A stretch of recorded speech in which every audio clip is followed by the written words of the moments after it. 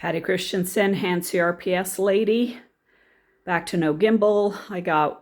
I took the old one and it worked for one and not anymore. So I got some new ones on order. Just got back and said, let me check the garden. Yes, October. This is Utah. There should be nothing left in the garden. Now, not as many tomatoes because husband had picked through those pretty good. But these, I love these things, Japanese cucumbers.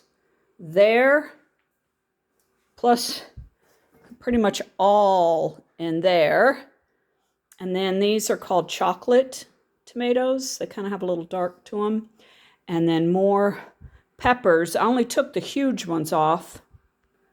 There are still tons of peppers out there, but I'm going to probably let them grow because, husband's gone for a minimum of 7 days. So, and he's in charge of salsa.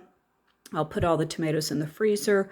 I'll cut up these peppers and actually put the cut up peppers in the freezer. And then the others will cut fresh when he gets back. I'm kind of a little bit winded. That was a lot more out there than I was expecting. And it's still warm. This is crazy weather.